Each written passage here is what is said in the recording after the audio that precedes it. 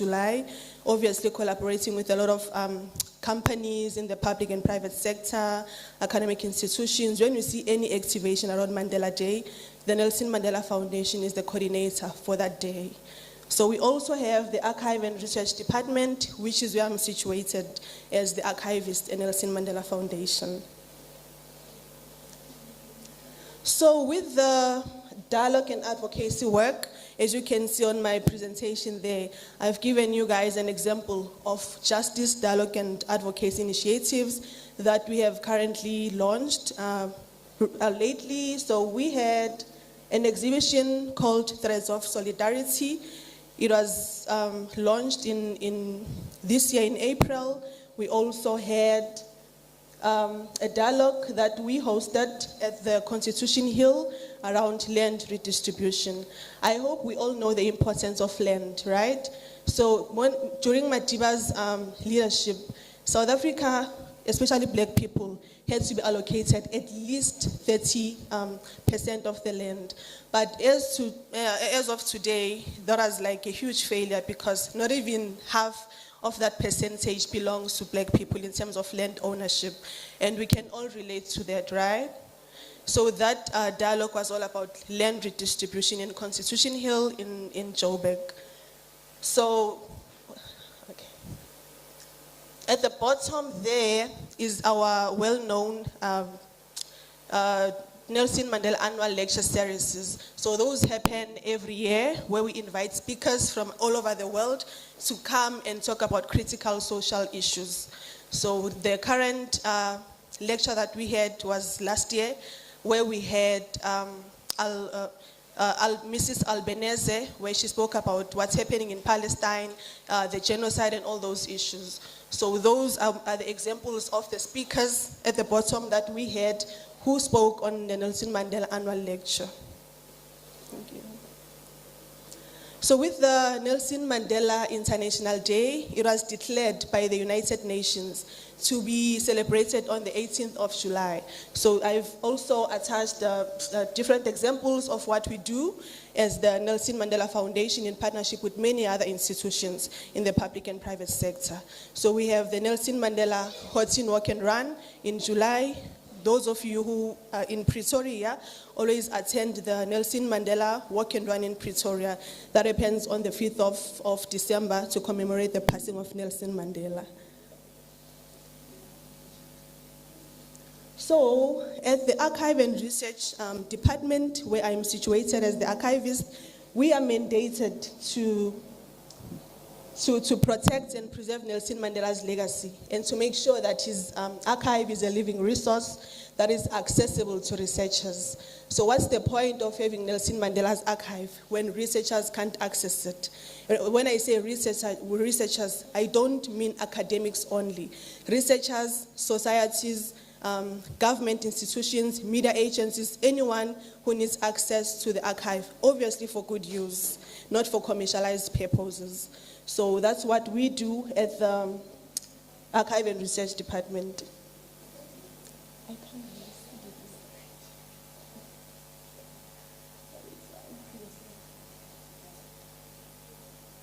this. Okay, so in a nutshell, at the Archive and Research Department, this is what we do. Even though my screen is not, I can't really see it clearly from where I'm standing. Can we please move this? I'm struggling.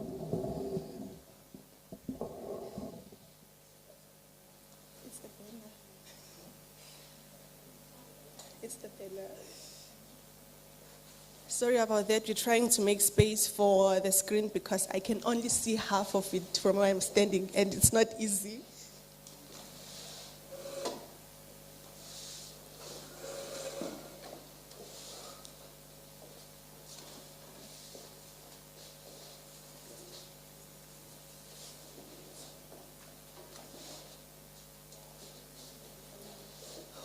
You guys can see over there, ne? And you are not seeing, Anisha. Exactly. So that was so uncomfortable. Thank you.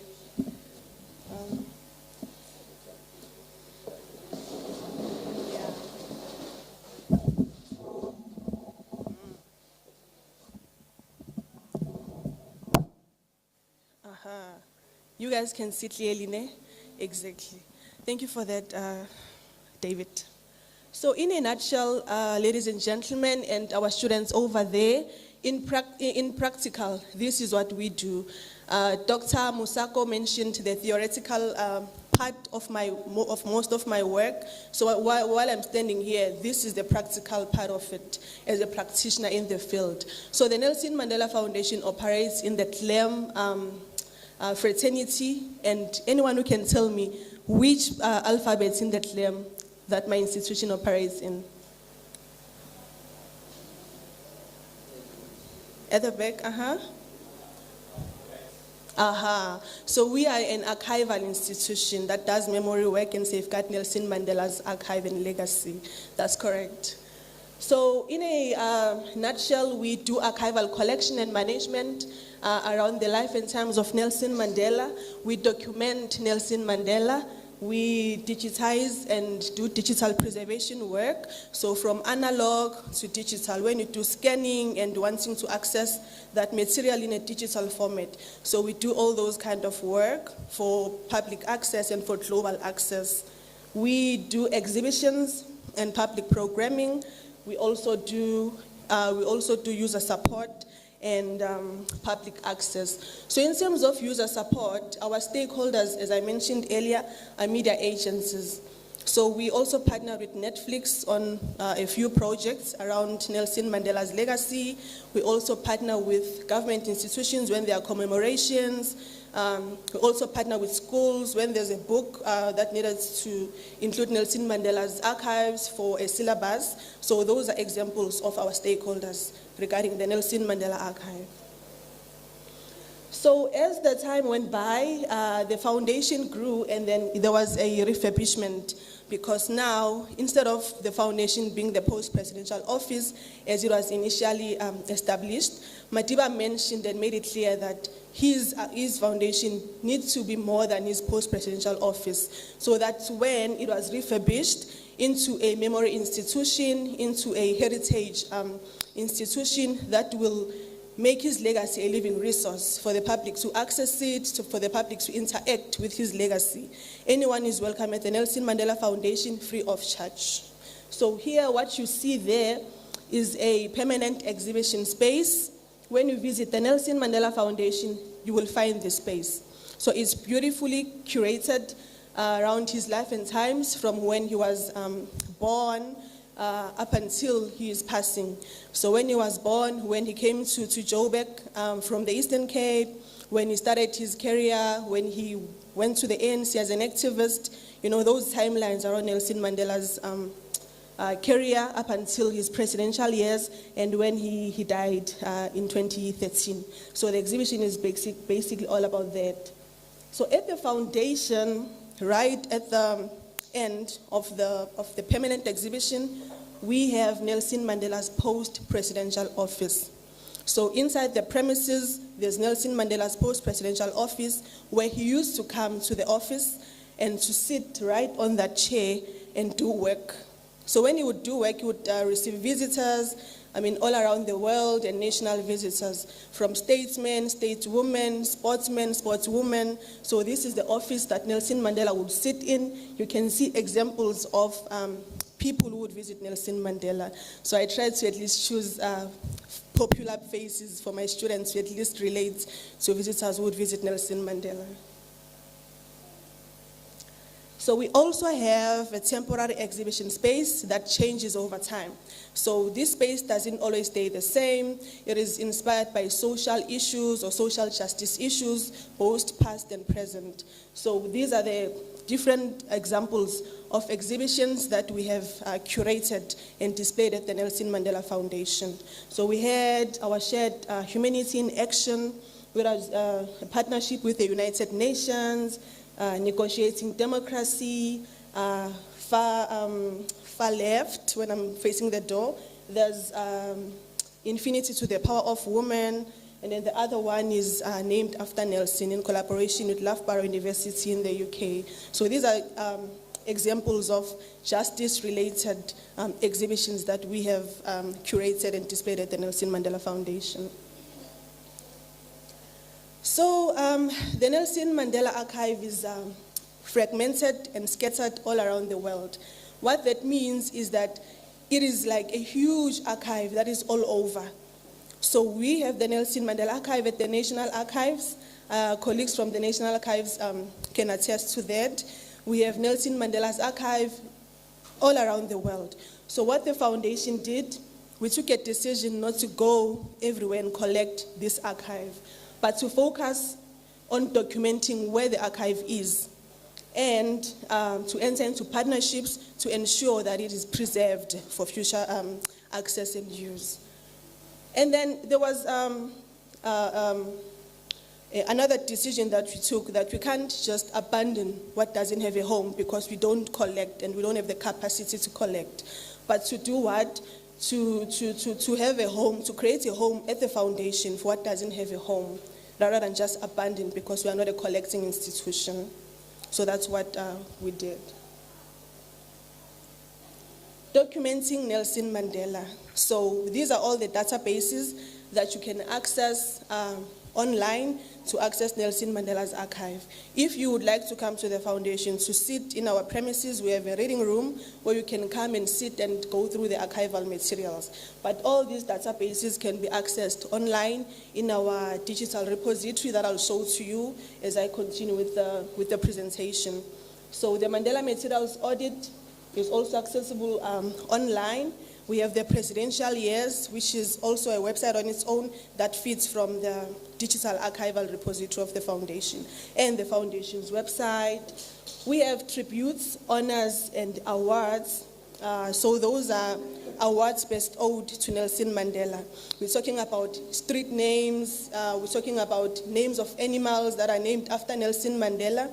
We're talking about statues. We know the one from Sandton and many other statues. So all those that are best owed to Nelson Mandela. When we see Madiba receiving an award on stage, some of those are at the Nelson Mandela Foundation. And if it's not at the foundation, then we document it and show where it can be accessed or where it's located. We also have photographic collections, both printed photographs and digital photographs. You can also access archival descriptions from our Atom instance, which is accessible for public access online. We have the bibliography database where you can access any book that's written about Nelson Mandela if you want to do research on any books. We also have filmography, any documentaries, any movies published about Nelson Mandela. There's also a database for that. Rivonia Trial, anti-apartheid movements, AV materials, and so forth and so on. So colleagues, I would like to stress the importance of digital curation, digital preservation, and digitization. I know we always talk about that. I know we are all looking forward to implement all of those, but it's important to mention that it's very expensive. We can't shy away from the fact that it's a very expensive initiative. Yes, it's important. So that work was made possible to the Nelson Mandela Foundation by a generous donation from Google Cultural Institute, as you can see here. So that's how we received the grant, and we're able to embark on digitization, digital preservation, and access of our Nelson Mandela collections. Key considerations. It's very, very important to implement, to have intellectual control over all collections that you possess in your institution. We're talking about copyright, we're talking about all those very important legal issues before you embark on that. Key archival functions must be in place. So those are traditional archival methods that must be in place. It's very important to know that sorting, arrangement, and description are very important to consider before you even digitize. Because once we hear digitization and we have the budget to digitize, we straightly go forward for digitization without even considering that we still need to sort, arrange the materials and describe prior to digitization. That's very important, because if you digitize a mess or a messy collection, then you are definitely going to have a digital mess. And what will happen at a later stage? There's no going back. Money gone, resources gone, time gone. So it's very important to know that traditional archival methods must be in place prior to embarking into digitization. What you put in is what you get out. Benchmarking against international standards and best practices. So that's what the foundation did before we even embarked on the journey of digital preservation. We did a lot of research, we did a lot of benchmarking exercises. There are a lot of vendors that sells these information systems, and they are quite good at doing that. So you definitely need to do your own research before you even think of buying an information software or system for digital preservation, even digitization. So that's what we did. We did a lot of research and visited a lot of institutions to see what works for them and what they are using currently. So what we did, we also partnered with institutions in the heritage and memory sector to see exactly what they are using and does it work for them. Remember, a digital preservation software is not a one-size-fits-all. It should be aligned with the institution's strategy, what the strategy of the institution is all about, the vision and the mission statement. So the archival repository or the archive of Nelson Mandela as a whole is a impact pathway of the Nelson Mandela Foundation. It is our core program, so that's why we had to do a thorough job and a thorough research before embarking on digital preservation or employing any other digital preservation software. Digitization does not replace the original source. These must be preserved. I mean, Nelson Mandela's notes are where he hand wrote them when he was in prison. Because now they are digitized, we can't get rid of the original source because it's an archival record. It should be preserved in a vault, in a strong room with proper temperature rooms, pest controls, and all those very important preservation standards. So the last thing that I would like to emphasize is adding value with metadata. Metadata, as we describe it is information about information. Information that describes information. Does it make sense?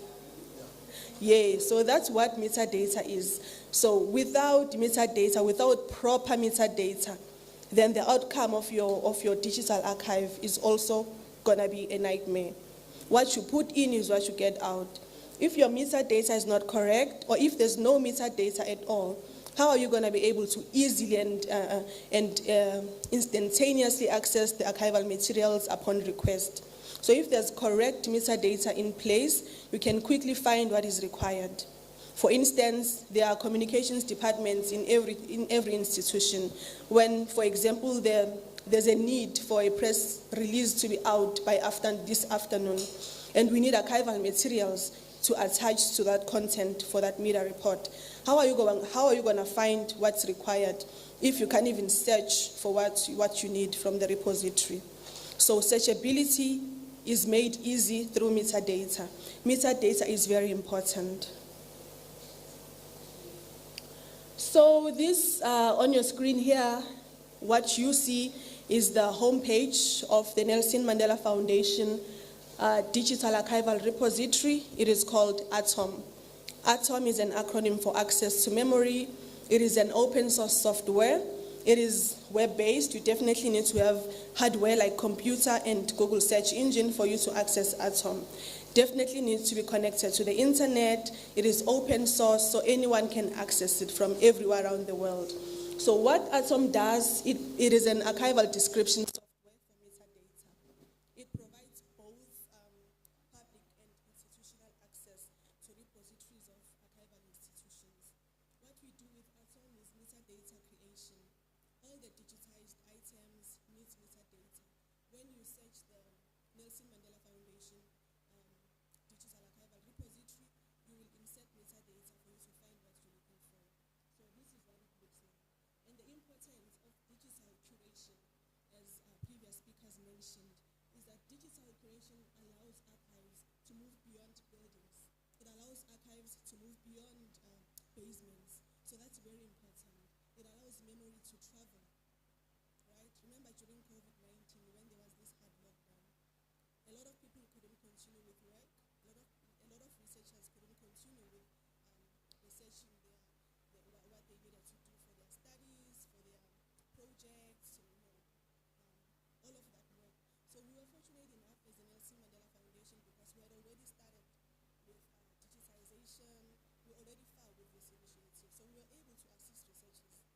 was working from home alongside my colleagues, but the work continued. So that's the benefit of digitization, metadata and digital preservation. So it's very important. Archivematica is an open source software, just like Atom, but this one is for digital preservation. So this one we use it for ingesting materials. We ingest both photographs or documents and AV materials. So what it does, it does long-term preservation for trustworthy, authentic and reliable digital content. By that we mean if we have archival materials stored somewhere in your server, unattended, time goes by, they get obsolete and all those things happen. What are you going to do with them in the future? Because you won't be able to access them. But at least if there's a stable digital repository for digital preservation like Archivematica, you don't have to worry about all those issues because format gets updated. Even the system itself, it gets upgraded so that format doesn't get obsolete. So it might sound a bit technical or too technical, but yeah, it is what it is. So this is the outcome of a complete or completed archival description. So if a researcher searches for this exhibition on our digital repository, it should appear like this. And they can be able to read through the content, what it's all about, the dates, because Atom is built on metadata standards like Dublin Core. So that helps you to find information easily with the dates or with the name of the creator, like the copyright holder or the photographer or things like that. So they can be able to download the images right from our digital repository. If it's an AV or audio material archival description, they can also be able to watch the video or download it for later use. Public programming at the Nelson Mandela Foundation, specifically at the Archive and Research Department, we do quite a lot of public programming. There's also Coding for Mandela. I know that our IT colleagues are working on that, probably on every Nelson Mandela Day annually. So if any of you is interested in coding at the high school level, before you get to university, you can go to our website and access that information. But I highlighted this part of public programming because this one is specifically run by the Archives and Research Department. And it has grown because we launched it in 2013. So the initiative is actually about storytelling. We encourage storytelling, we encourage young people to engage in storytelling so that they know about who they are, where they come from, and where they're going. I mean, imagine for a 5-year-old who can comprehend history in a way that makes them comfortable, in a friendly and comfortable way for a 5-year-old. So we do readings, we read to them the children's version of the Nelson Mandela Long Walk to Children. Nelson Mandela Long Walk to Freedom. I'm thinking children, sorry. So I'm always the MC at the Making Reading Fund, so I'm thinking children. Yeah, so we read to them the Nelson Mandela Long Walk to Freedom children's version to encourage storytelling, to help them to read, to understand. I mean, it has been published in one of the news that a lot of children in South Africa know how to read. But the issue is that they don't read to understand. They know how to read, but they can't comprehend what they are reading. They don't understand what they are reading. So part of the work that part of the impact that we're trying to see is around that, teaching them to read, to understand, while they are also learning about the history of South Africa, while they are also learning about Nelson Mandela's legacy and values. So the foundation is also open on Saturdays for visitors. It is also now declared one of the tourist sites. You can see the tourist bus at the gate. So if you happen to travel to Johannesburg in Houghton, please do come to the Nelson Mandela Foundation. You would love it. It's free of charge. And we also host school kids. If there's a group of friends, or you might want to inform your principal for a trip to the Nelson Mandela Foundation, it's free of charge. Please do that. So this is how the Nelson Mandela Foundation foundation building looks like. Beautifully curated. Yeah, so if there's enough time, I would like to give you a visual tour of how the foundation looks like. And I see there's nodding of heads at the back, shows excitement.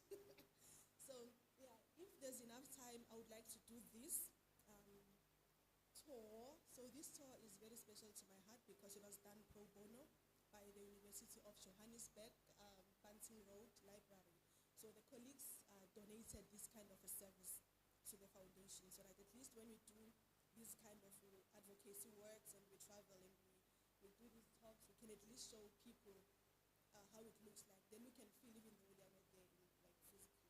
So I mean that's also part of the evolvement or transformation to the fourth national resolution, AI, we're going digital.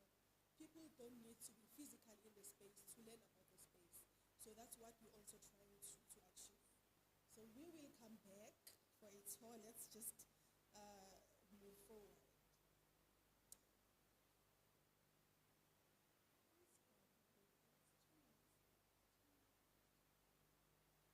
So program director just gave program director just granted us the 2 minutes for the tour. So we will come back because I'm trying to at least not dwell much on some of the slides to cover up time. So yeah, we have a lot of issues. I know I've been cruising nicely here with the success stories and all those things, but it doesn't look like that always. So we also encounter a lot of issues in the archives sector, digital archives, fraternity. So in a nutshell, I try to at least minimize those risks for you guys to see what we go through. The first one, false Mandela content. I mean, AI is here and AI is here to stay. And we have seen the fake Mandela content circulating in social media. So that is a headache for us archivists because it's the work that we deal with. And we do a lot of work to authenticate, but that's not enough because we are not working with the public. People, especially people who are not AI savvy or technical savvy, who can't really tell the difference on which content is real or which content is fake. That's where the issue lies. So we always come across artificial voices of Nelson Mandela where he's saying something that he has never said. So that's where the importance of consulting with the archives kicks in. So please do not believe everything that you see out there. Consult with the archives. Distortion of historical truth, reframing reframing Madiba's political ideas. So the use of AI and the misuse of AI and misinformation has also impacted negatively on Nelson Mandela's archive because it has reframed these political ideas. I mean, there's this sellout narrative you guys are aware of, that Nelson Mandela is a sellout, Nelson Mandela died a long time ago in prison. I know I've heard some people saying they've never seen Nelson Mandela wearing his Xhosa attire. They've never heard Nelson Mandela speaking Xhosa. I'm like, but there's archives in the country. Why not consult the archive? Because there are plenty of videos when Nelson Mandela addresses the podiums or the public, speaking in his Xhosa language, where he is wearing his Xhosa attire. So please do consult with the archive before you believe anything that you see out there.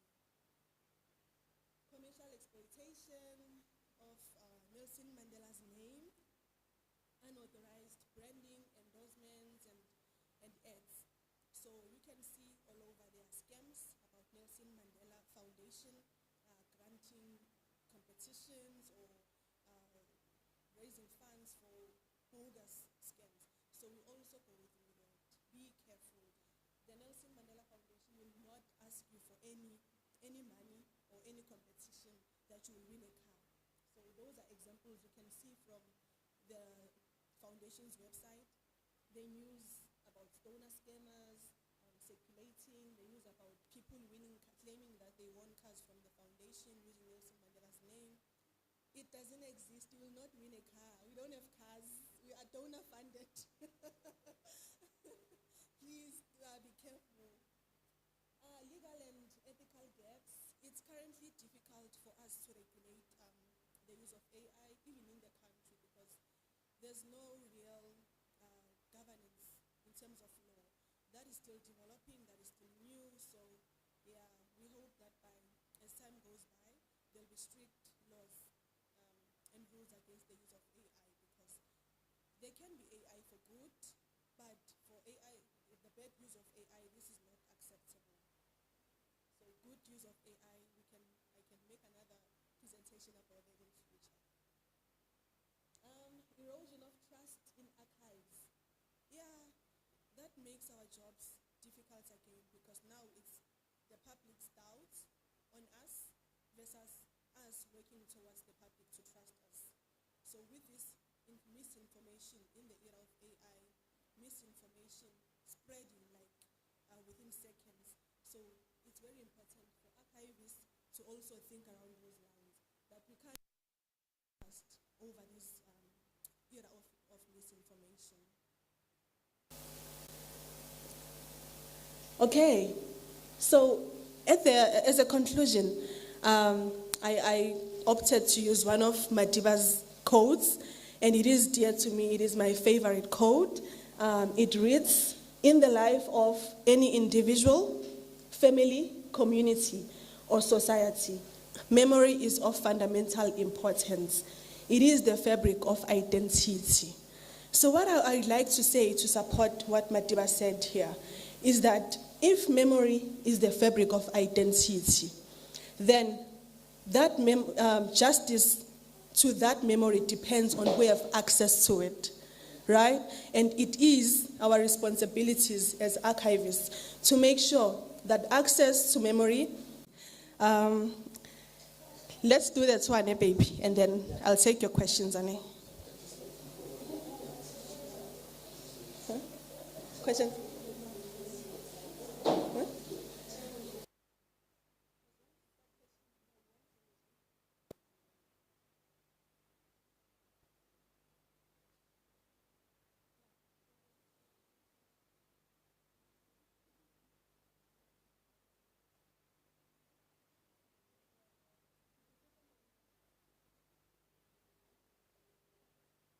We will take questions immediately after we have done a presentation by Ntate Seshego.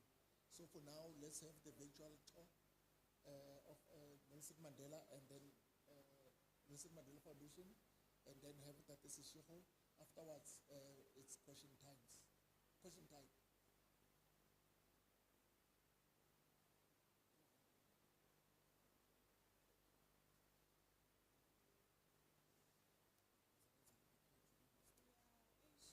Unfortunately, the screen that is the virtual tour doesn't show on the big screen. It only shows on the laptop. So sad, but it's fine. If it doesn't show on the big screen, it only shows on the small screen.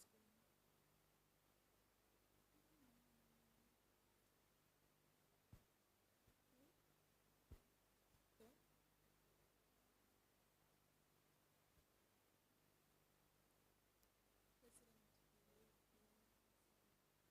Okay, that's fine, colleagues. If anyone would still like to come to me, I can just show you outside at the end, during lunch. So I'll hand over to Che. A round of applause for Sizandi. Sizandi said a mouthful, and one of the things she said was that she is one of the organizers for the International Nelson Mandela Day. I can ask you a question quickly, but we don't have any prizes anymore. When is the International Nelson Mandela Day celebrated?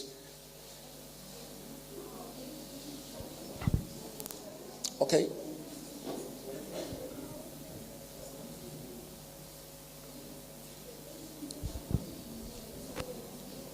Good day, everyone.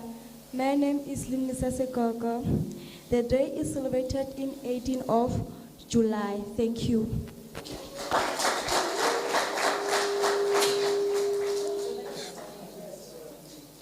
Another round of applause to her. It means she was listening. Maybe let's ask a question for this side. Is Nelson Mandela Day celebrated only in South Africa on that day or not? Question for you.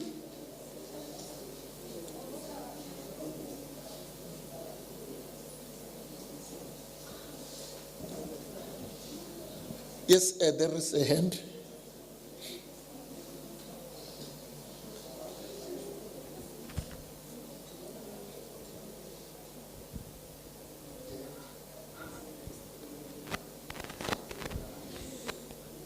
Good day once again, and my name is Bonolo Rakobo. And to be honest, personally, I think it's only celebrated in South Africa, because the thing of Mandela was here in South Africa, and he was the first black president for South Africa only. Okay. Okay, I'm going to ask Zandi to come and probably clarify this for once and for all. Come, Zandi. Thank you so much for that. Let's remember that Nelson Mandela is a global icon. Nelson Mandela has done a lot of work around humanity, not only in South Africa, but in the world. Nelson Mandela stands for peace in the world. Nelson Mandela stands for reconciliation in the world. So we don't gatekeep Nelson Mandela's legacy, and we cannot do that. But what we do, we mobilize it. We mobilize Nelson Mandela's legacy to the world to make the world a better place, or a just society for everyone who lives in it. That is what Nelson Mandela will be happy about. Thank you. Thank you very much for that. Thank you very much for that explanation. And my learners, you just have to listen to a question attentively every time. Remember that the question, this Mandela Day is having a prefix which is international. Immediately when it says international, then you know, oh, okay, all over. Okay, maybe let's get all those learners who answered the questions when the prices were still there. So you and that lady over there, you'll get presents next time. Let me get the 5 learners that answered the questions that I asked earlier. Yeah, it was you, come. And then it was the lady there. And then who answered the G? Okay, I'm going to ask Messi to come and do the handover. Come, my learners, quickly, so that you don't delay. There is a 5th one. Who is the 5th one? Okay. Messi, please come to the fore. Messi is the director for the archives and library services in this province of Bokone-Bophirima. Yeah.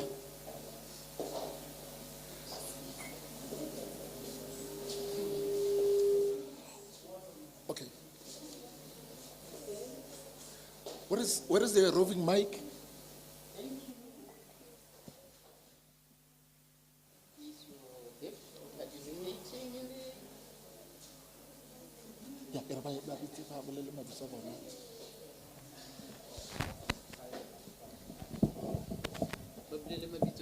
What's your name?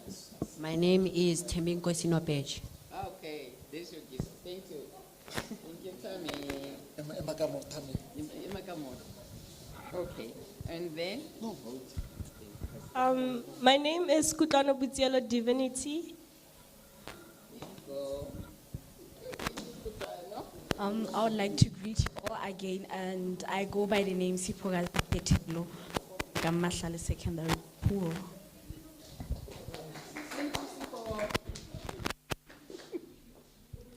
My name is Musa Olifant. Musa. Thank you, Musa.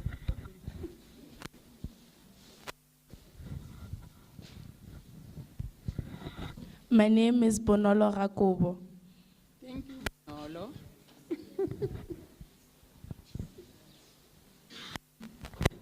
My name is Nkosinathi Matase. Thank you so much. Thank you. It was nice. Let's bring them for a photo shoot. We will have a photo shoot with the director. Maybe she must be in the middle. In the middle there. In the middle. Okay, open. Okay, let's come and have a thank you.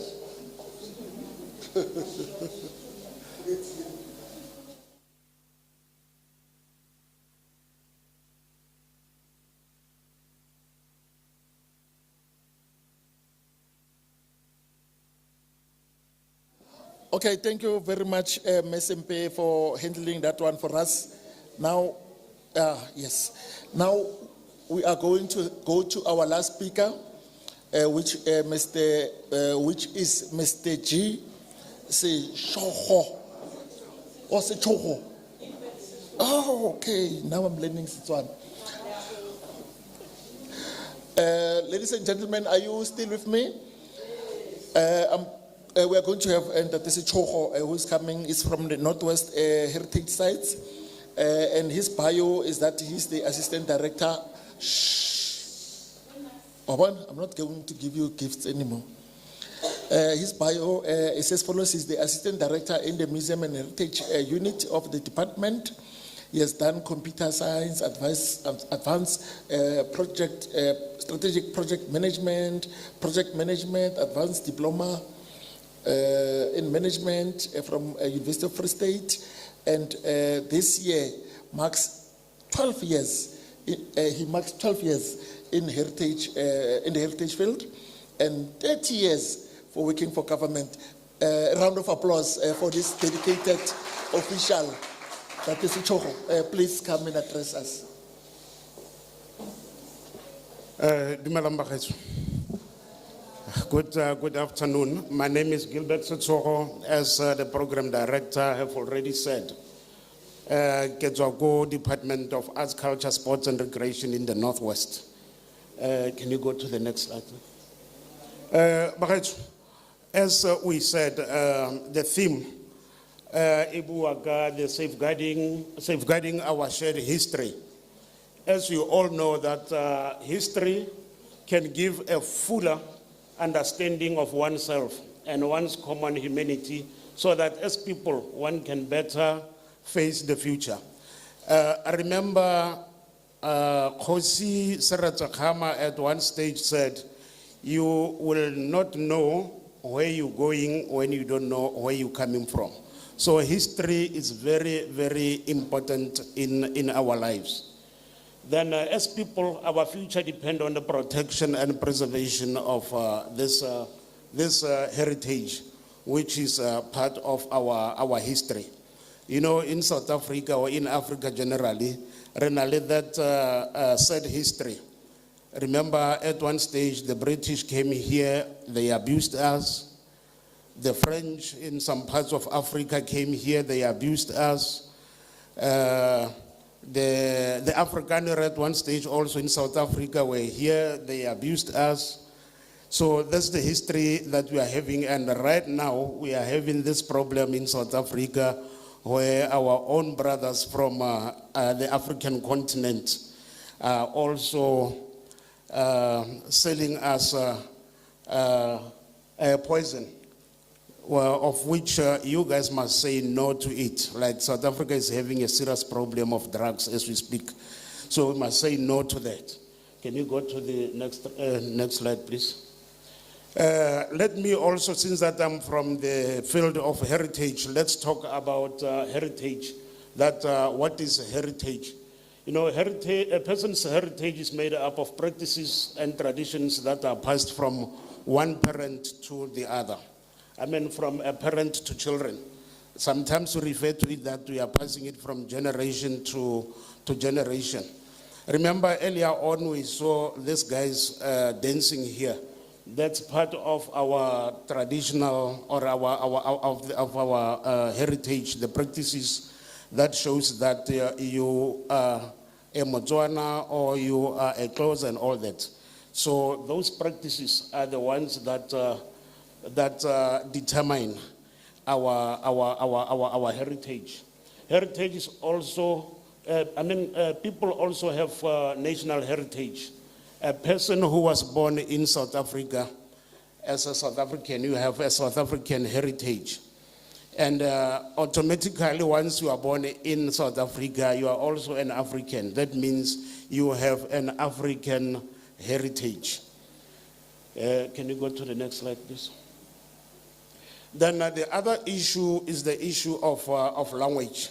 Normally, I like to say to people that language is the basics, it's heritage, because language serves not only as a means of communication, like most of the youth, no, heritage, language is just a means of communication.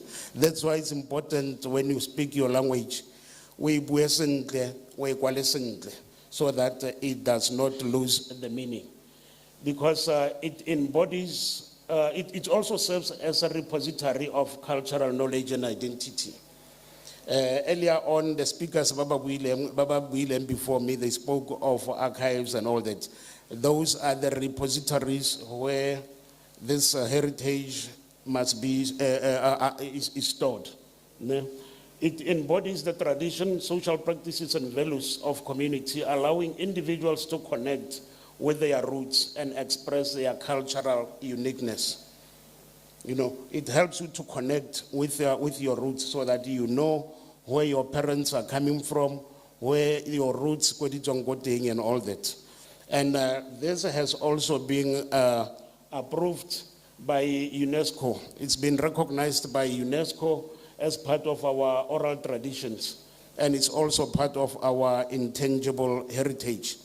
While recently more the issue of language, I remember somewhere in the Bible, it was mentioned that there were people who were so dedicated, they were building a tower because they wanted to see God. And what happened, God made them to all of a sudden start to speak in different languages, and that caused confusion. So what I want to say is that language should not be the cause of division. Instead, it must be the cause of unity. It must unite us. As we always say that South Africa, renale what we call unity in diversity.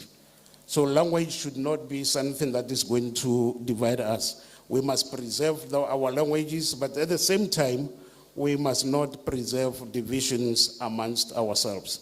Meaning that Haole Motswana, you must learn other languages. Haole Mozulu, learn other languages, so that all of us must come together. Because if we all understand different languages, it helps us to unite, and the production good. Remember, sometimes in the old South Africa, when people worked in the mines, there was this language called Fanakaloko. You know, that language helped people to unite. They were so united, and all of them spoke the same language, because Fanakaloko was a combination of African languages. Next slide, please. Then, since Rentzerebuwaka heritage is also governed by the Act, the Heritage Act of Act 25 of 1999. And it also outlines certain types and ranges of heritage resources. That also goes for buildings, landscapes, you know, the historical settlements and all that. Like this building, I don't know how many of you knows that this building where we are now, it was a prison. I think this side was a women prison, and the other side in a lady prison, Yaborre. So this has also been declared, this building has also been declared a heritage site. So there are also heritage sites. The graves, the royal graves, the graves of our liberation stalwarts, those who fought for the freedom that we are enjoying today, and many others. Anyway, in the next slides, we will we will touch those different types of heritage. The next slide, please. Yeah, these are types of heritage sites. We've got cultural heritage sites, and under cultural heritage sites, we've got the tangible and the intangible heritage, of which intangible heritage, the language, as I was speaking earlier, it's part of our intangible heritage. The tangible heritage are those heritage that you can touch, like this building. Then we call it the tangible heritage. Then we also have the natural heritage, like the landscapes, the fossils, the hills, the fauna, animals, and flowers. Those are types of the species. Like game reserves are also part of our heritage sites, because those animals, remember, they have been left and passed on by those who came before us, so that we must look after them. And it's only that it's now managed by Parks and Tourism Board in the Northwest. Next slide, please. Then we also have battle sites in the Northwest. I just made, in the Northwest, we've got over 400 heritage sites, and some are still being identified. But I just want to mention the three. The battle sites that we have in the Northwest. That is the Battle of Ilan Trefir, that is somewhere around Swartragans.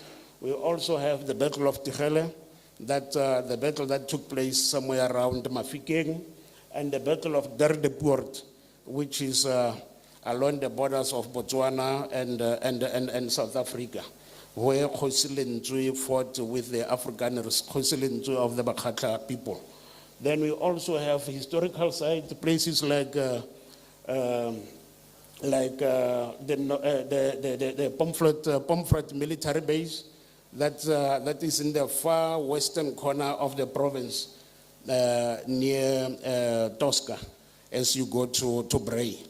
That's where some of the, I don't know how many of you remember the Battle of Quinocono Valley that was fought in Angola. And battle in South Africa, they sometimes refer to it as the South African border war that took place. That war took about 15 years. That was fought in Angola. Some of the people who came from Angola were settled in Pomfret, which is also in the Northwest. Sometimes they refer to themselves as the Buffalo Soldiers. We also have the two notorious banishment sites that we have in the province. Normally people will talk about exile. So banishment, it's forceful. Normally exile, somebody will be, maybe the police will be looking after that person because of political reasons, and the person will flee the country going to exile. But then banishment, it's where now the government then took you by force to another place where you don't know anybody, sometimes not even knowing the language of those people, because of the influence that you have in the community. Now the government will remove you because of political reasons. We have Driefontein banishment site that is also in the province, and we also have the French-Dale banishment site. A certain Mr. Theophilus Changela, who was banished from Bizwana in the Eastern Cape, was brought to French-Dale banishment site, which is about 70 kilometers west of Mafikeng. He was the last person to leave French-Dale, of which most of them, they are not sure if he died in French-Dale. Some are saying he left the country going to Botswana. Some are saying he went back home to the Eastern Cape. So the story has not been, we don't know what actually happened to him after he left French-Dale. Thank you. Then we also have the Resistance and Liberation Heritage project that talks about the political stalwarts who left the country going to exile through Botswana. Others went through Mozambique. Others went through Swaziland, and others flee to Lesotho. So this project has become a central focal point in the Heritage Fraternity post-1994. It aims to preserve and conserve memory that are marked as important historical moments. The project intends to redress the imbalances of the past and transform the heritage landscape of the province and give it a different but inclusive connotation. It does not only speak to political freedom, but symbolizes the moment when African people need to constantly strategize for their economic liberation and towards sustainable development, but most importantly, for their cultural independence and expression. This province is populated by spots and spaces where various activities aligned to liberation struggle took place. These activities are also attached to various personalities that contributed towards the liberation of South Africa from colonial and apartheid system. Next slide, please. Other heritage sites that we have in the province, in we have four districts in the province. Dr. Ruth Sehomutsi Mompati, we have the settlement of the Batlaping in Tabosh, who were forcefully removed from Majing and later settled in Khomoto. And the reason they call the place Khomoto, that's the place by Khomoto Kayona, because they were forcefully removed. And where they were settled in Tabosh Lachte, the place was a wetland, so they couldn't stay there. And that was that other side of Pampirstad. We also have the grave of Khosi Paratlhatle in Mamusa. He was chief of the Korana people. The dry huts, that was dry huts in town. Originally it was called Verona. The return of the people of Bitakwaneng, who were forcefully removed, and under Khosi Mahura. They have now came back to claim their land back in Bitakwaneng. Okay, the Driefontein banishment site we just spoke about, and Bomfred, we also have the wet area, the water source near Bonabona called Kharia Klose in the Morokweng area. We also have the Nkwaneng Crescent Rock Art in Taung along the Kolong River. Next slide. Other heritage sites in Dr. Kenneth Kaunda is the Klerksdorp Museum, this one. Museums are regarded as heritage sites because they are housing the heritage objects. We also have Grootkoppie and Makweteng. Makweteng is where the people were forcefully removed. We also have Kesisindi Monument, which I'll show you the picture of it in the coming slides. The Totias House Museum in Potchefstroom, and the Pretorius Museum in Potchefstroom, as well as the Goedsvleesjak Museum, which are also in Potchefstroom. In Bojanala, we will have the Stone Age ruins of the Botswana settlement in Makau, Mamatwele and Haditshweni near Bapong, Bokela Khosi, which is the Bakhatla settlement near Moruleng, and Bafokeng heritage sites, that is the Nape Hill and Muzilikazi grave in Phokeng. This Muzilikazi grave is not the Muzilikazi that we know. This was the son of Muzilikazi, who was called Nkamani. He was buried in Phokeng near the Royal Bafokeng Stadium. In Ngakamudirumulema, we have the Lohageng in the Ratlo area, and Khosi Ratlo grave in Mosita, Kaditshweni National Heritage Site, the ancient city of Bahorotsi, and a French Dale banishment site. These are just few. There are many. These are just few heritage sites that I just wanted to mention. The heritage sites that we have in the Northwest. Then that's the story of Theophilus Changela, who was banished from Kwamalede in the Amadiba location in Bizana district, now Eastern Cape, who was banished to French Dale. Thank you. Can we go to the next slide, please? Then these are other sites in Bojanala, the Moses Kotani, the JB Max Unkhopotsatiro, and monument of Lobatla, Hopane 4, 1956 Antipas, monument in the Hurutsi, Jacob Zuma site of arrest in Khurot Mariko, Moshana Vetlichat encounter with the apartheid police. That was Richard Mampela, aka Arthur Muzwara, and Wilfred Windimarwani, who were coming from military training in Zambia and in Lusaka. And they went through Botswana into the Northwest Province, and they met with the police that time. And there was a shootout that took place in that area. So the area also is part of the heritage sites. And the last that we are talking about, they were part of the liberation heritage struggle.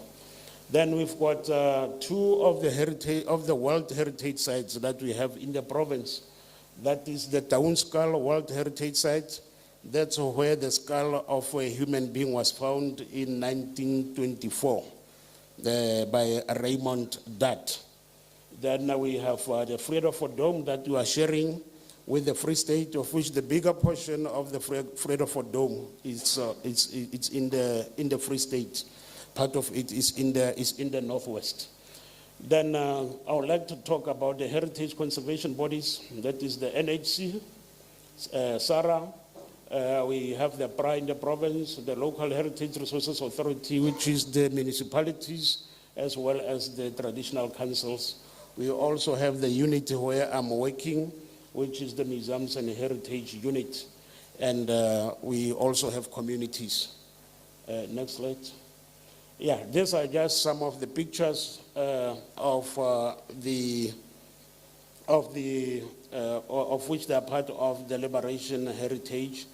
This is the monument of Kesisindi, who was killed in Angola, who went there to fight for the liberation of the country. Next slide. And we also have the concentration camp monument that is also here in Klerksdorp. That was during those years, during the Anglo-Boer War. So there was a concentration camp where women and children were camping so that they should be saved from the bullets and during the war. Next slide. Yeah, this is a plaque in memory of black people who participated in the Anglo-Boer War in 1899 until 1902 here in Klerksdorp. The next slide. Yeah, since that I included these study courses so that you must know which courses to take if you want to become part of the heritage family. The courses that are offered by different institutions is the heritage management, indigenous knowledge systems. The University of Northwest is offering this course. There's also anthropology, archaeology, and museology, of which the last two, most of them are dominated by the white people. So we still want you guys to be part. I heard earlier on the HOD also was encouraging you that you must also follow the field of heritage. Next slide. Then museums, like I said earlier, that museums are institutions that cares for or conserves a collection of artifacts and other objects of artistic, cultural, historical, and scientific importance. That is heritage sites, like this museum. It's part of the repositories that we spoke about earlier. Next slide, please. Yeah, these are the pictures of the Klerksdorp Museum that was built and later was converted into a museum. It was built as a prison initially. Next slide. And the Northwest Transport Museum that we have here in Klerksdorp, I'm not too sure if it's still functional at the moment. And the next slide.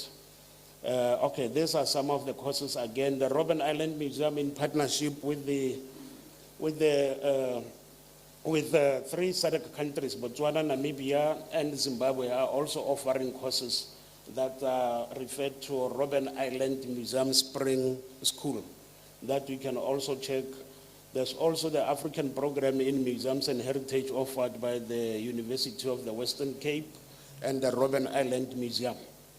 Then different universities are also offering courses on museums and under social studies. I think that's the end. Thank you.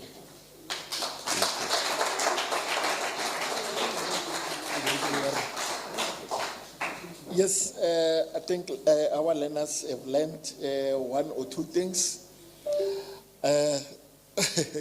Okay, I can see, what is her name? Yeah, Mumra Motoken's scarf. Yeah, your name? Oh, Honzi. Okay. Actually, are you the one who answered the question on Nelson Mandela Day? Please come to the floor. And someone this side, it's you? Okay, please also come to the floor. Oh, Markaba Notozi, maybe let me save one to ask others a question. Okay, the organizers have decided to give you something for your answer.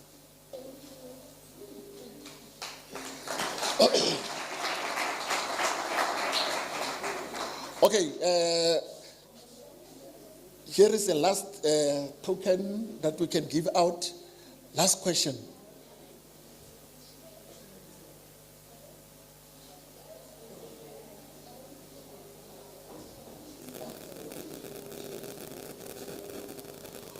Okay, Ntate Sichogo spoke about courses which one can undertake. Name one. Okay, your hand was first. Mic for him. Are you a him? Yes, you? Yes, stand up. Please stand up.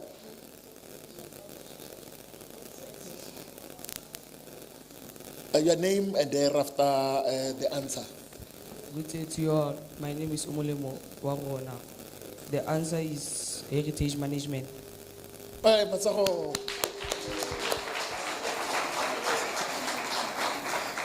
Okay, you can come over. Okay, as my Lena is coming over to receive this Malangana token from us.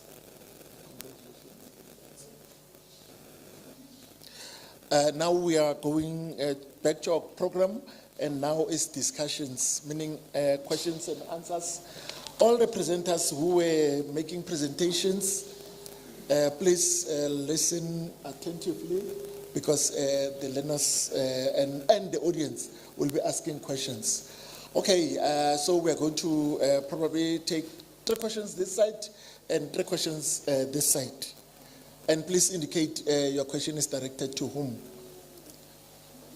The mic, Taho, please take the mic, the roving mic. Okay, 3 hands this side. Yes, I'll come to this side afterwards.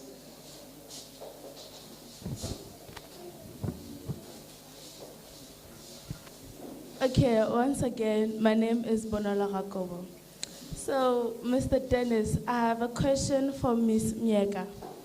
Ma'am, as you explained that Mandela is celebrated internationally, so I wanted to know if Mandela Day is also celebrated internationally or what? Because if Mandela Day is celebrated here in South Africa and Mandela is celebrated all over the world, for me, it doesn't really make sense. Okay, no, we'll answer afterwards. The next one. Mine is not actually a question. I just wanted to actually say to the Mandela Foundation, please, Tago, woman power. come. Winnie Mandikizela Mandela was also there beside Mandela, supporting him each and every day. You just please advocate woman power, because now you didn't really mention anything about Winnie Mandikizela Mandela. I was so sad. I was disappointed in that. Thank you. Okay, the last question on this side. Zandi, you said there was someone who wanted to ask a question. Oh, it's here, okay. So there's no other question on this side? Okay, there's the gentleman. Yeah, can we give him the opportunity? Once again,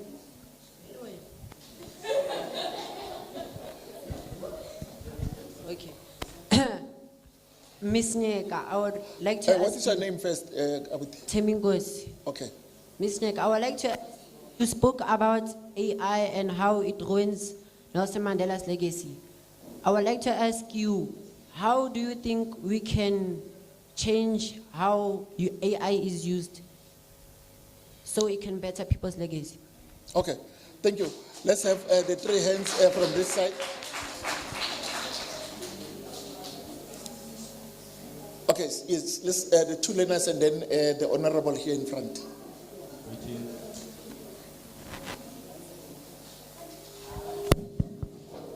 Greetings to the house at large. My name is Kigile Zukholopane from Nkamahlale Secondary School. My question is that, ma'am, you mentioned that there are people who sometimes go to archives and say that Nelson Mandela was a sellout. And you also stated that you also answer their statements. But my question is that, what is it that you tell them, like, what sort of proof do you have to make them actually believe your answer, which will give them a better perspective, making them know that Nelson Mandela wasn't a sellout? What sort of facts or proof do you have? Okay, noted. The other learner. There was a learner there at the corner or something.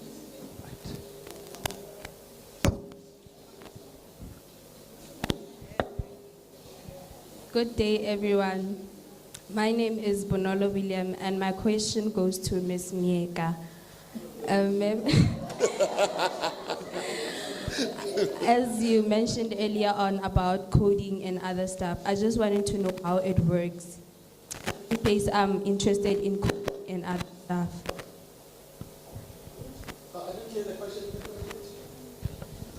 I need assistance with coding. I just wanted to know how it works. Okay, coding. Okay. Then the honorable here in front.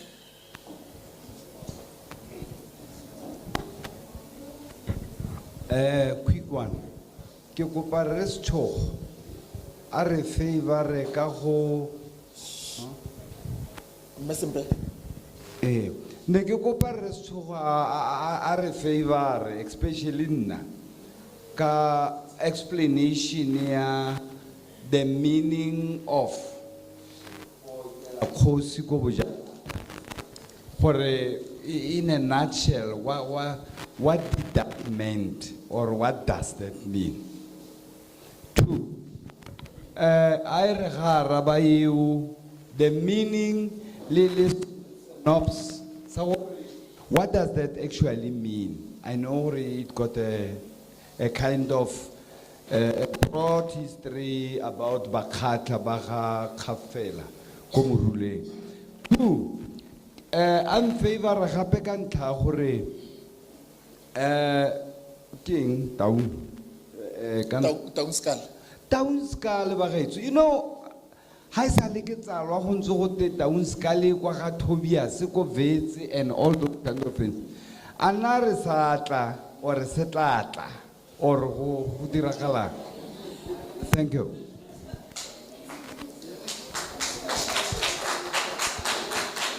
Okay, on the last question, I will also ask Ntate Dr. Mosaka to also assist in answering that one.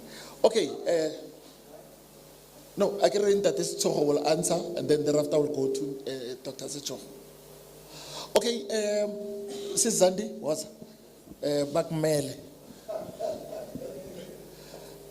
In the biography of Sis Zandi, I forgot to tell you that she's from Zola.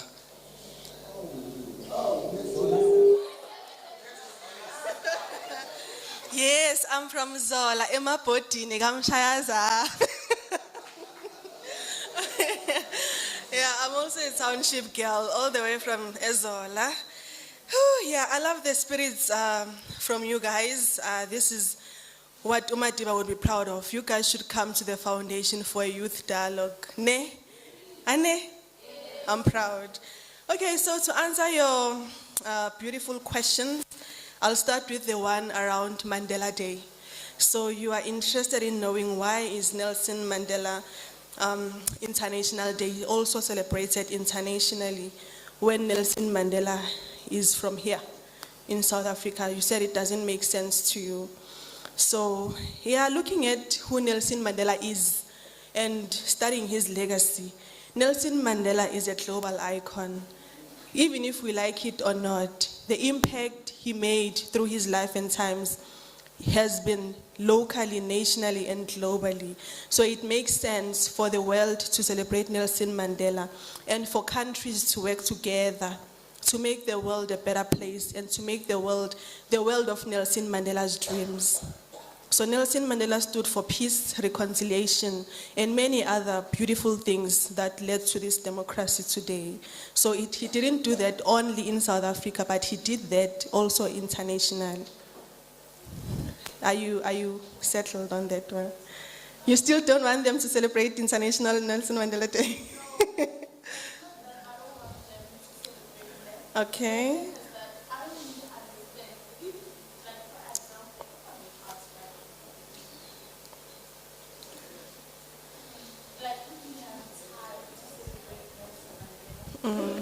On his day. Internationally, do they have time to celebrate Nelson Mandela? Do they really know who Nelson Mandela is? Do they really know about that 67 of Nelson Mandela? Yeah, so they do know about Nelson Mandela because remember, at the end of the apartheid, a lot of countries had to intervene to boycott the apartheid. So the end of the apartheid was not only the efforts of South Africa. So people in Europe also contributed to the end of the apartheid. Remember, people didn't want, international people didn't want to do business with South Africans companies because now the apartheid couldn't end. So international people started boycotting. We recently had an exhibition, a Nelson Mandela Foundation. I showed it on the screen. We launched it in March. It's called Threads of Solidarity. So that exhibition speaks about the EU's contribution, European Union's the people of the Europe contributing towards the end of apartheid in South Africa. So it's not only stalwarts from South Africa or South Africans who put an end to apartheid. So also international people contributed with no, if it comes to us stopping doing business in South Africa because of this apartheid that doesn't end, then we're gonna stop. And in South Africa would starve, businesses would stop doing any dealings with us. So they did contribute to the end of the apartheid. So they definitely contributed to Nelson Mandela coming out of prison during those boycotts and being part of the struggle against apartheid. Ma'am, from my perspective. Program director is here to cut you off. No, you can continue. We can continue with this conversation during lunch. Okay. Okay, yes, I saw that you have more questions. Okay, Lenas, I have a present here. I don't know whether it was for someone or what happened, but then I'm going to ask you a question specifically on this, what I'm going to be saying now. You must listen carefully.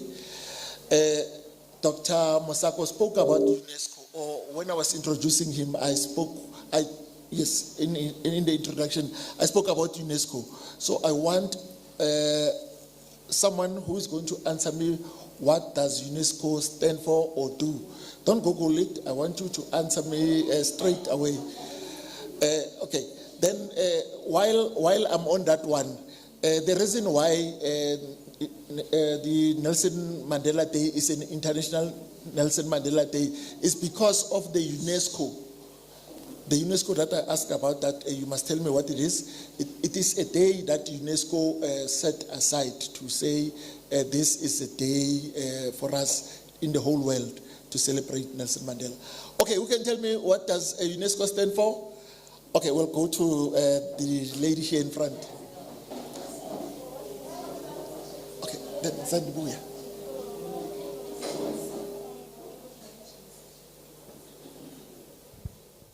Greetings, everyone. My name is Katlego Nkatlulang, and UNESCO stands for United Nations Educational, Scientific, and Cultural Organization.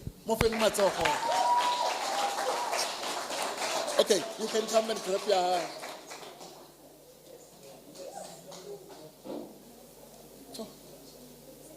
No, maybe let me give you a better one.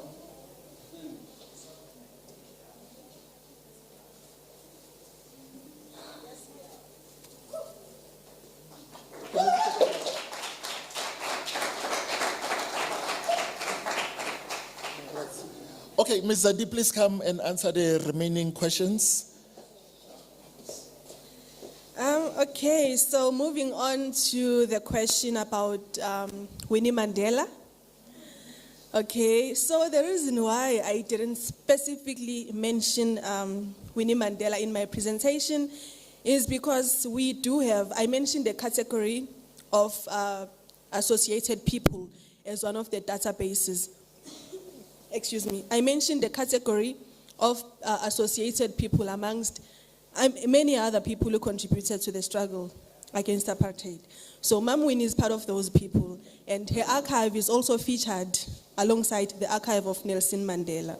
So we do have a Winnie Mandela collection that we are currently digitizing at the foundation.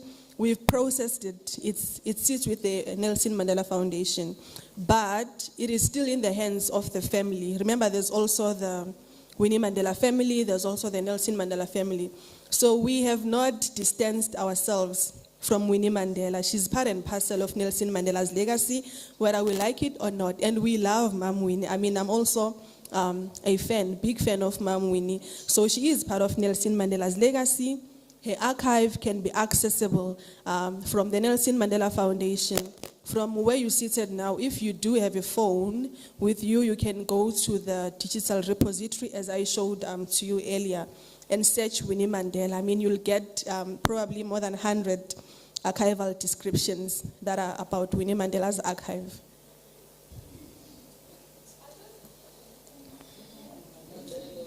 I just wanted to say that we are responsible for actually empowering women, and I feel like with us black people, we don't really do that with like female historians. We just put out dominant ones out there. We don't really specify females historians, you know, and that actually makes like women like less powerful. It's like we're just like supporters of these males, and like we don't celebrate women. That like it makes me angry, because why don't we celebrate women and we just say women empowerment, but like we're not doing anything about it. But like putting Winnie there would actually make the foundation like more of like, I don't know, you're active on women empowerment. Yeah. That's all like I was actually highlighting. Yeah. Thank you. Thank you so much. So again, going back to my slides, when I was talking about exhibitions, there's an exhibition that was there that I mentioned that is called Infinity to the Power of Women. Those women, the exhibition was about women's stories that were unknown, that were not anywhere in the public domain. So we are aware of those issues, and we have addressed them via our exhibitions around justice. So, yeah. Question about AI for good. I like to follow what Microsoft call it. Microsoft call it AI for good. So it's about the good use of AI in the world, other than archives. So there are multiple ways that AI can be used for good. In my field, AI can be used for good for metadata. It retrieves metadata quickly. It creates metadata quickly. Of course, you have to authenticate, you have to do quality checks because it's a machine, but it helps with that, speeding the process of metadata creation.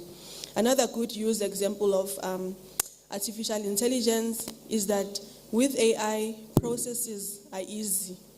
You know, instead of doing a task for 3 days, using AI, you can be able to do it like instantly. If there's a request for archival materials that are in the system, instead of doing that manually and looking folder per folder per folder, I can quickly control find or use the AI functions to quickly receive that archival materials. So I don't need to use AI in a bad way where I tarnish someone's reputation or someone's legacy. That's not good use of AI. But AI can be used in a good way to make life easier or to make life better. Is that clear? Okay, and then we move to the narrative of Nelson Mandela being a sellout to some of the people in South Africa. Well, I mean, we are all opinionated, and it's a right to everyone to freedom of speech. But as something that I would like to mention is that when Nelson Mandela was still alive, and it's in one of his speeches that he mandated the foundation for us not to defend him, for us not to rewrite his legacy or what he stood for. He said in one of his speeches, "I am not a saint." If you want the speech, I can retrieve it for you during lunch, where he mentions that I've made my mistakes, I'm not a saint. I mean, that's his leadership. So I also mentioned in my presentation that it was the initial goal to distribute at least 30% of land during Nelson Mandela's legacy, but it didn't happen. And he passed on being aware of that. So what I would like to say is that come to the archive for anything that doesn't add up to you. People who say they've never seen Nelson Mandela wearing traditional Xhosa attires, those records are in the archive. I mean, Nelson Mandela is from the Eastern Cape. He's been invited to many gatherings in South Africa that are cultural.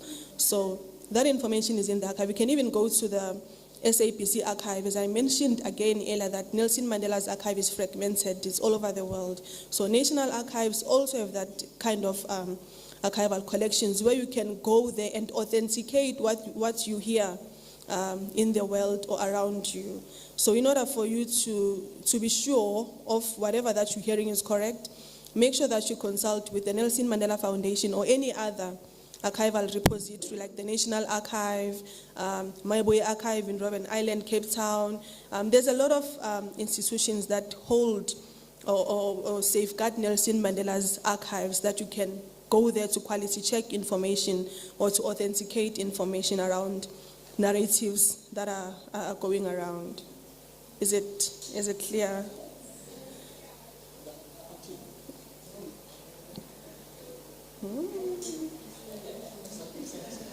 Yeah, program director, we are in deep trouble this side. So. I ask you so. Okay, now I just have one last question, and I'm just going to take a few seconds. You have information in the archives. Let's say that person who believes that Nelson Mandela is a sellout. What if that person says, the information that you're providing me, that you're telling me it will give me answers, how do I know that it's not forged to filter my understanding?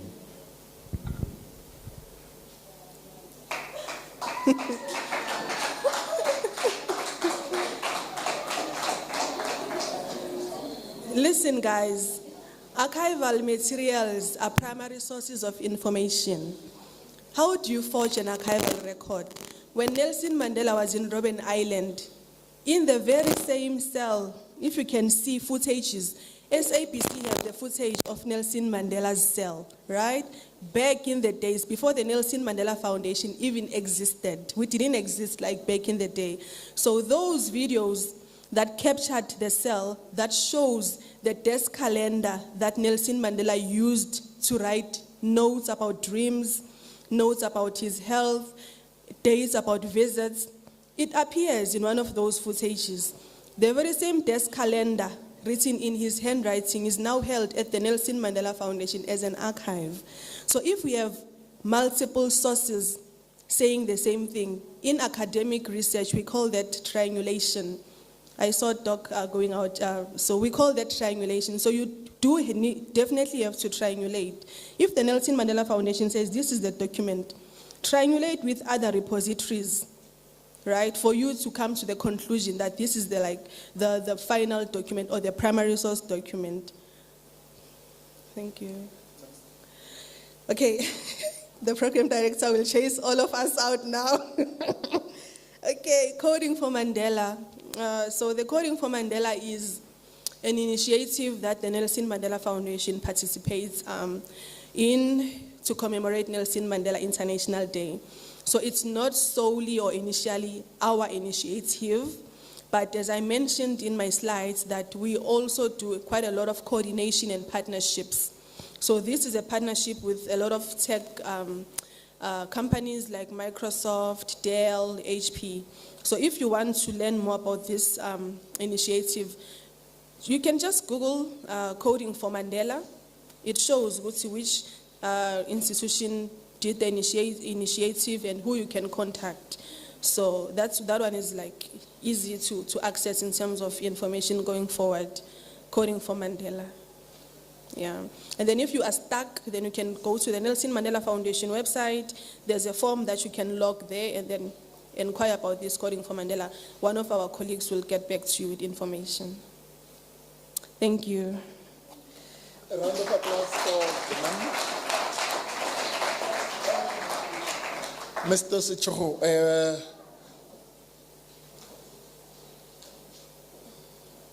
The platform is yours.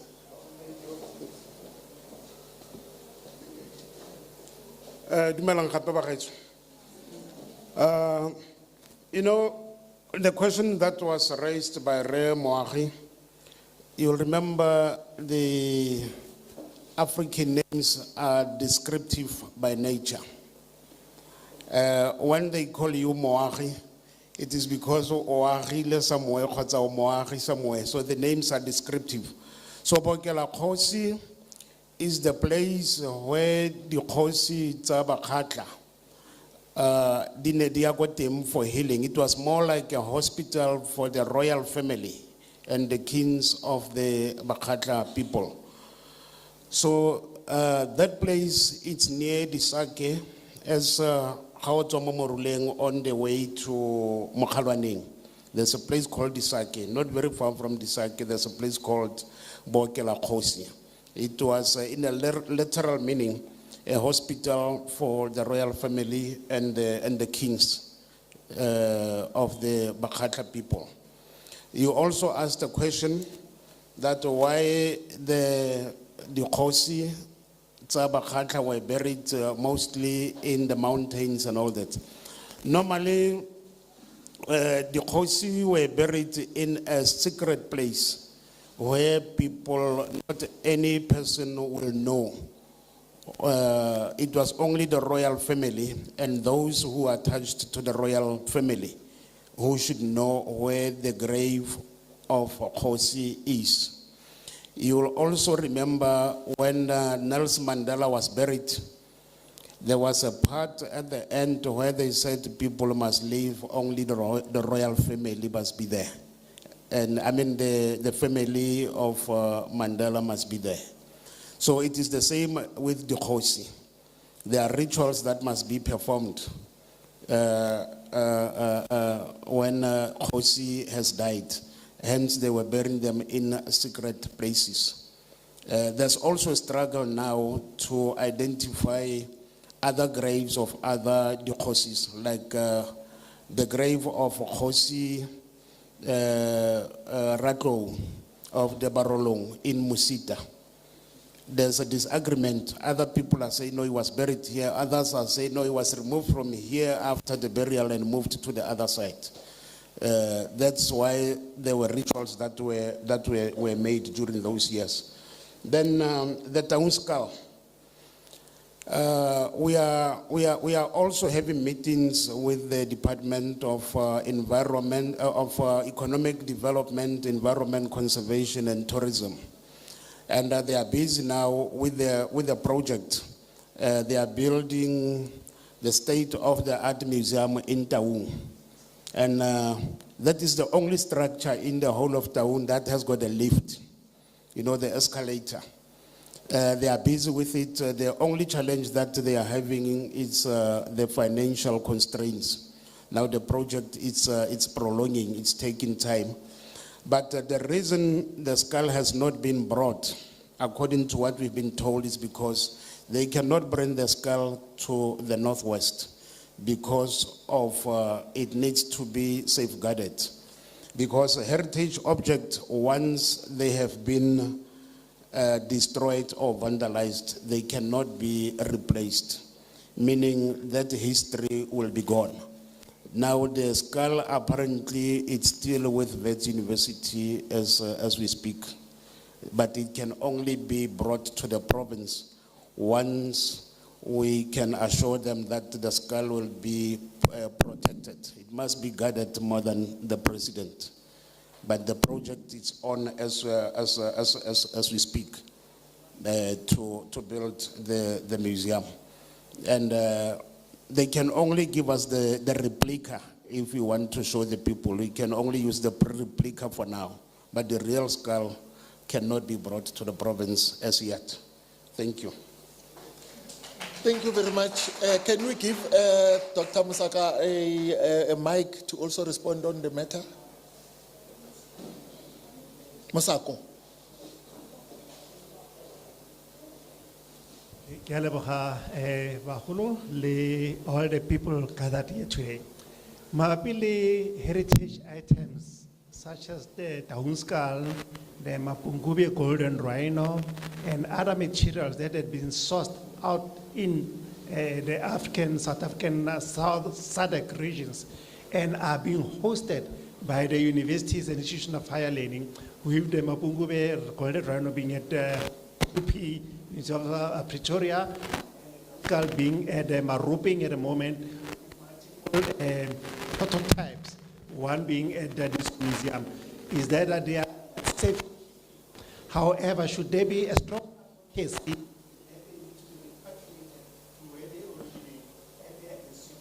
spaces can remain where they are now and go to a place of exit. The only thing that is pending issue, it is security, curatorialship. It's actually not the word security.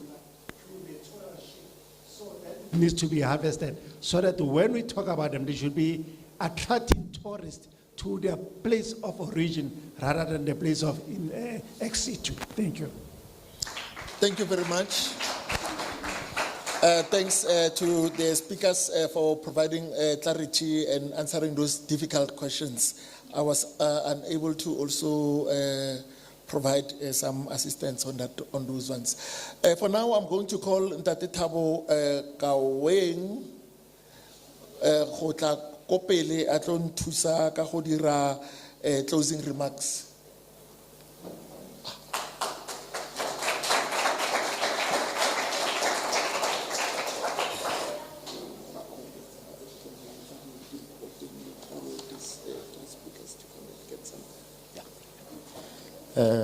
Thanks very much. In conclusion, I'm doing closing remarks. I'm also doing vote of thanks in summary. But what is quite important, Mema Sempi, we must appreciate this classroom. We must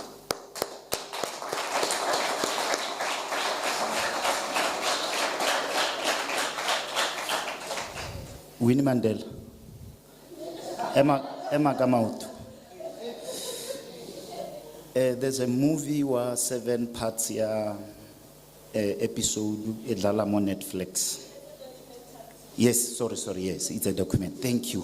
You see, that's what we want. So I have realized how they come from the corner ya go sheba those documentaries. We appreciate that you are following the history of South Africa. Much appreciated.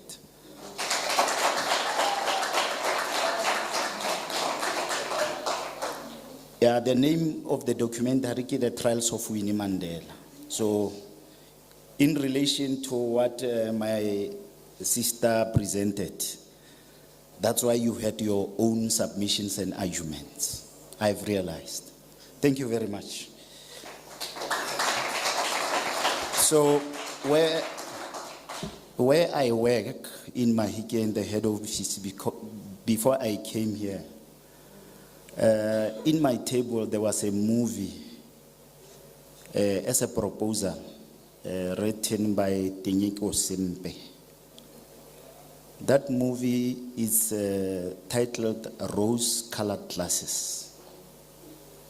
So the treatment plan of that movie, it talks about GBV. But this writer brought this GBV differently in terms of how we live within the society. It might be sensitive to you, but it's part of the movie. Bara how bona motho wa rre a bulela motho wa mme le batila koloi. O itse gore e tsaya mme o montšha or rre o koloi e ntšha. And then the third one and the fourth one, they are quite sensitive. But I must speak about the third one. The third one, it says, Meo, because the Reo Tamaka Rolls Royce, o benga mabati. So Meo was sinya kisi sinye. So it's part of harassment. So number 4, it talks about an old car, esabulegen lebati. So Reo, swantse a tseye matsapa a go tlhokomela mmeo go mmulela lebati. On a lighter note. Thanks very much. Program director, we appreciate you. Arago khata di konse. With all said and done, we had Me Makuzeni Arbulela in terms of landmarking the district ya rona mo eleng gore re kopanetse mo museum wa Klerksdorp, and also with regard to what the reflection we received from Men Chupetsang Ebuanga GVB, because now we talk about nation building. Everyone who talks in a platform, in a Lebana or relatively any South African, we must talk about this GVB. It's only that for most of the time it will be one-sided to say but it must be at least a create emphasis ya hore le rona ra sotleng re le borre. So re lebogela Men Chupetsang just to put us on track with regard to reflections. And the only doctor in the room, we appreciate where you come from. Tole is Doc Ubuilega creativity. I think the province here, Rona, in terms of the kids that you can maybe realize here, we can pick 3 or 4 people relatively. They can bring creativity within the Space Study Museum and Archives, etc., so that we can see to it. We talk the knowledge that you passed in terms of the purpose to say preservation of records and access to archives. I think each and every one of us, we are responsible to make sure that we know and we archive and we shelve for those who will be coming behind us. So it's quite important, as much as the HOD also at Lilabana very emphatic with regard to the archives that we are doing within the province. Because in the history of Northwest, in particular, the first museum, it was in 1902, which is Mafike Museum. That's the first museum that we had. And the first system of the archives, it was then Yabu Putatswana in 1977. Etabohaka Act, the Buputatswana Archives Act of 1977. So this is the rich history that we must have. There's a lot that we have to talk about it as much as le restjogo ke o le fa le o fetile a le bolela ka bo Taunskal, a le bolela ka bo Robben Island, etc. So I'm happy that the class of 2026, grade 11, sorry? Okay, 9, 10, 11. It's quite an informed system. Ya bana ba rona. We appreciate. If you behave like this, one day is one day, and we appreciate more. And with regard to accordance here, the Nelson Mandela, a hitting topic of the day, ke kopa appointment telo wena. My appointment is in this fashion. On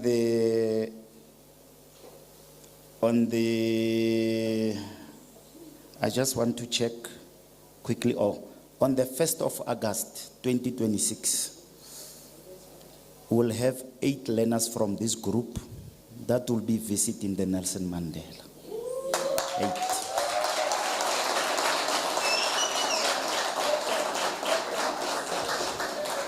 The 1st of August. So now, Mema Kuzeni Kyole Komoraho, and then we'll see. I'm avoiding to take your time. Horaba botse di potso re ba choose go ya ka dipotso. Mema Kuzeni le morutabana ba tla kopana ba bona gore ba choose yang 8 eo. Then ka di first re tsena ka Nelson Mandela. Ke kopa o bule museum, we are coming. Thanks very much.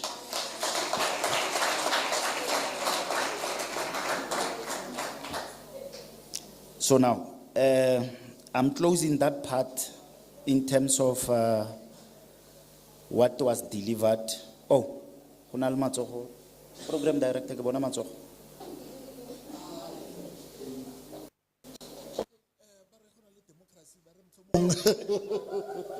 Mohlomong nka kra one hand only, unfortunately. Good day, everyone, again. So, I'm here to talk about GBV. This is a simple question, but it is very difficult. How can we stop GBV? Because every time we get complaint about a male cheater woman, every single time. So, how can we stop GBV? How can we? Because every time we get complaint, how can we stop GBV violence? Okay, good day everyone. I go by the name of Malibuko Masil. I would like to ask Ms. Lessegon Tsipetseng a question based on the pandemic of GBV. What specific role can men and boys play in preventing GBV, and what makes those interventions successfully instead of performative? Oh, sorry. Performative. Thank you. All right, thanks very much. Menchupetang, bago kouti legali na yanong I can't represent you. Bana ba batla go itse gore how can we stop GBV? I think it's quite systematic. And then questionnaire fale, it was a long sentence. My darling, e boeletse gape Menchupetsang a utlwe. Ke nagana gore le tla engage ka lunch akere. Mara ere a utlwe fela. What is a specific role can men and boys play in preventing GBV, and what makes those interventions successfully instead of performative?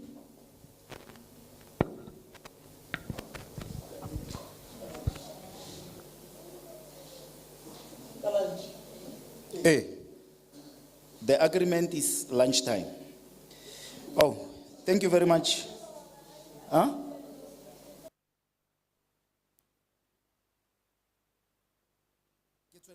Okay. Thanks very much. I think maybe in conclusion, we need to maybe acknowledge what we agreed upon in terms of the discussion that was coming from the doc with regard to the knowledge that he imparted to us in terms of the archives, and then also in terms of the knowledge that we must at least at the end, re bone gore re thusa yang bana ba rona, as I said earlier. But what is quite important in 3 elementaries, because the theme is very straight, it talks about archives for justice. That one could say, the first one will be justice for the truth and land rights. As you close Patia, the commission that was maybe earlier to be presented. And the second one was on the issues of justice for heritage and identity. And then the other one, which is quite important, is justice for collective memory and reconciliation. I think on those notes, the partnership with the Nelson Mandela Foundation, it reminds us the archives are a tool of nation building. So it's one of the outcomes that government is trying to narrate to the people around the issues of nation building. And then we say the Madiba legacy teaches us the confronting of the past, which are truthfully, and they are the only way to build a future-rooted fairness and human rights. Our provincial archive must play the same role to preserve the records that hold us accountable and inspire us to be better. As we close for the day, let us leave with a commitment to archivists and records managers to continue protect and organize and digitize our records with integrity. To public institutions, treat records management as a core to service delivery. Also to all the institutions. To communities, which I'm talking to the learners, know that your stories matters and that the archives are your space to preserve them. Let us go forward knowing that when we protect the archive, we protect justice itself. So we appreciate each and every one of you who took part from the first minute to the last minute, to the fact that this is not only the day, but it was the day for engagement. I mostly, Mema Sempe, with your leadership, appreciated the engagement from this crew. I could realize the leadership here. I could realize technocrats. Please don't disappoint us from where you come from. Every time, it's your time. Every day, it's your day. Learn what is best for you. It's not only about to be a doctor or to be an engineer.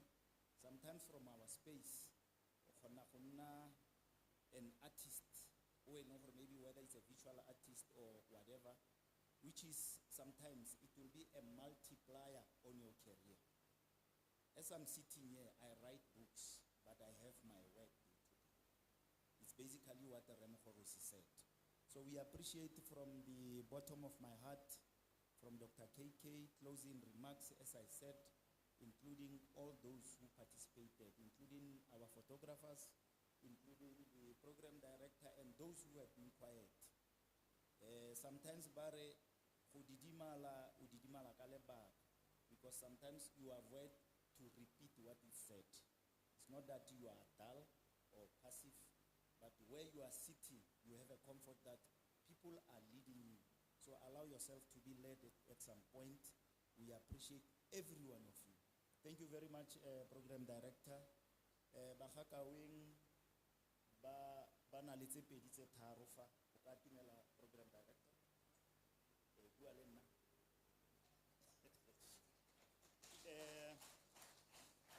Ke kopa go biletsa ko pele Dr. Mosako, kopa go biletsa ko pele mme Nyeka, ke kopa go biletsa ko pele Resetshugo Bafilet, I think in that order. So generally it's our speakers. Resetshugo, Doctor, and then me. Please come in front.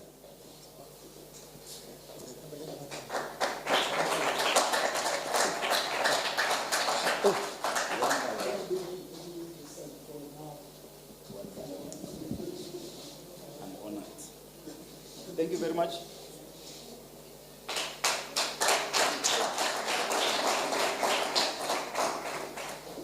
Doc.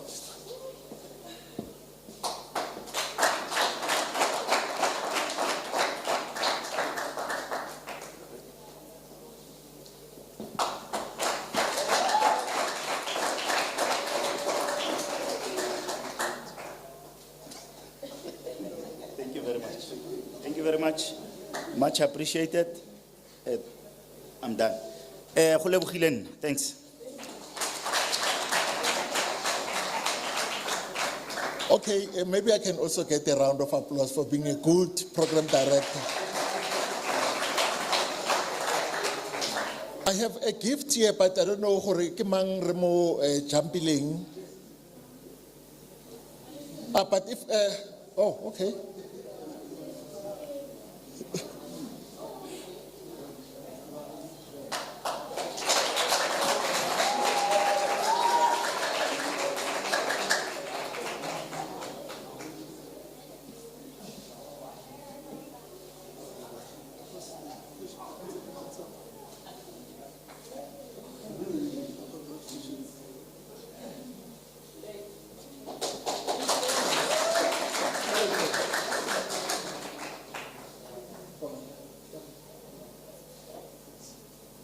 Ladies and gentlemen, we need Maite now. I don't know where's Maite.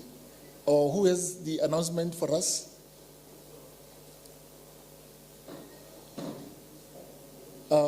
Maybe come Mesempe and do the announcement.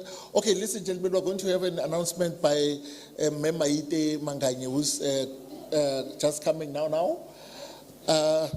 I would like to just in closing also just make a small remark to say I'm very excited by the offer by the Department of the Cities, Arts, Culture, Sport and Recreation of taking 8 learners to the Nelson Mandela Foundation in August. Maybe we can give the department that round of applause. And again, earlier I spoke about bursaries that are being given by the Department of Sport, Arts and Culture, the National Department. So around November or so, please look out for such. They are covering qualifications in heritage, in museology, in archaeology, in archives, and we are also having a bursary on language services. From me, I sign off now and hand over to my colleague, Ms. Manganye, who will give us announcements for the day. Ke lebogile thata. Another round of applause for me.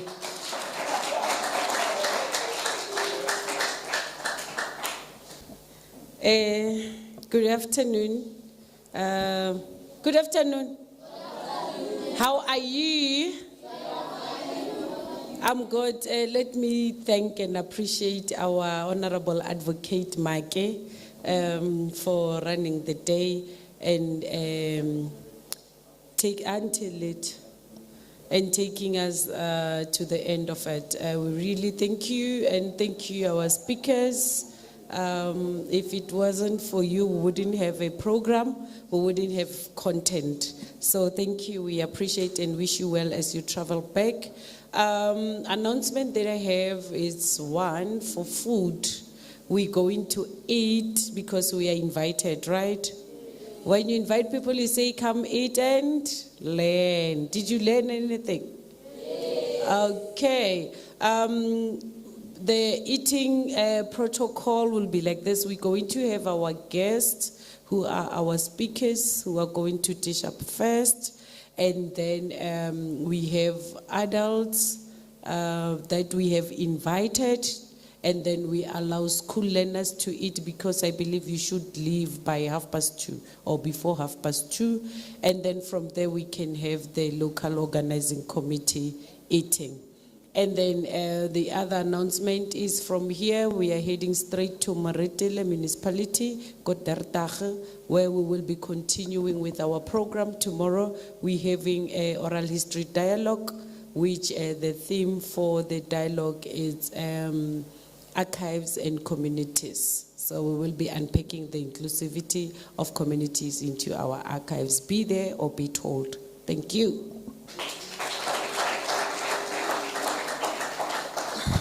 Thank you very much, Mr. Maite, for the announcement. Oh, Miss Manganye, for that announcement that you made. Colleagues, we nearly made a big mistake we didn't acknowledge the Department of Education, and that department is the one who made it possible for us to have these learners brought here. Let's give Department of Education a hand, and then I'll ask the representative of the department to just say a word or two. Thank you, Program Director. Actually, we are part of organizing this event. We are part of organizing this event. Wherever I was, I felt that we should be acknowledged because we have brought here very important persons. We have brought here the VIPs. Otherwise, if it was not because of us as the Department of Education, I don't think this program would have been a success. I don't think so. From the onset, Department of Arts and Culture and Recreation had interactions throughout the week to organize this. So I felt wherever I was seated, I have to intervene. I have to intervene. We must be acknowledged in here. We arranged this process. We were in Posh yesterday, and now we are in Klerksdorp today. So I will give, however, the gratitude of Department of Art and Culture to our district director, Mema Sokolo, because she was the one who said we must be part of organizing this Archives Week. It should not fail, because I am in her office. I am Mr. Mutumi in the district office, in the office of the district director. So that's why I said that we were almost forgotten. But however, I'll pass my gratitude of the department to her, that at least we were acknowledged. Thank you. Yes, indeed, my colleague, it was an oversight from us to forget to include in our programming this one big stakeholder. Without any further ado, or the last one from me is that immediately after you have had your lunch, please join us in the tour of the museum, which will be directed by Ms. Alta Bloom. You are now released. I hereby declare this gathering closed.